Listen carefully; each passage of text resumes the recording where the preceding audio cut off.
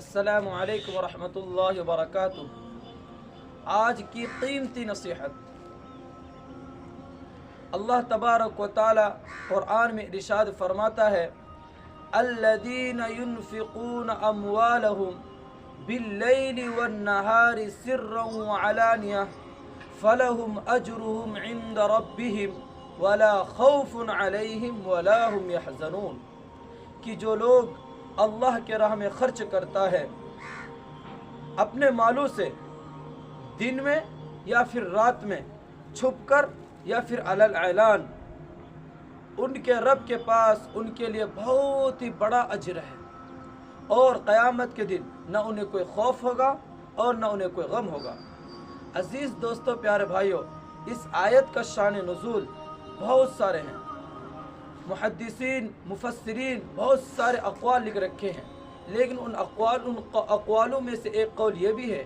کہ حضرت ابو بکر رضی اللہ تعالی عنہ جو خلیفہ اول ہے، انہوں نے ایک بار 40,000 دینار اللہ کے راہ میں خرچ کیے، 10,000 رات میں، 10,000 دن میں،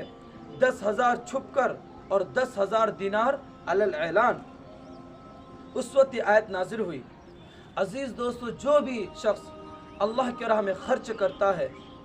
اللہ کے راہ میں زیادہ سے زیادہ خرچ کرتا ہے، اللہ تبارک و تعالی خود قرآن میں ارشاد فرماتا ہے کہ ان کے رب کے پاس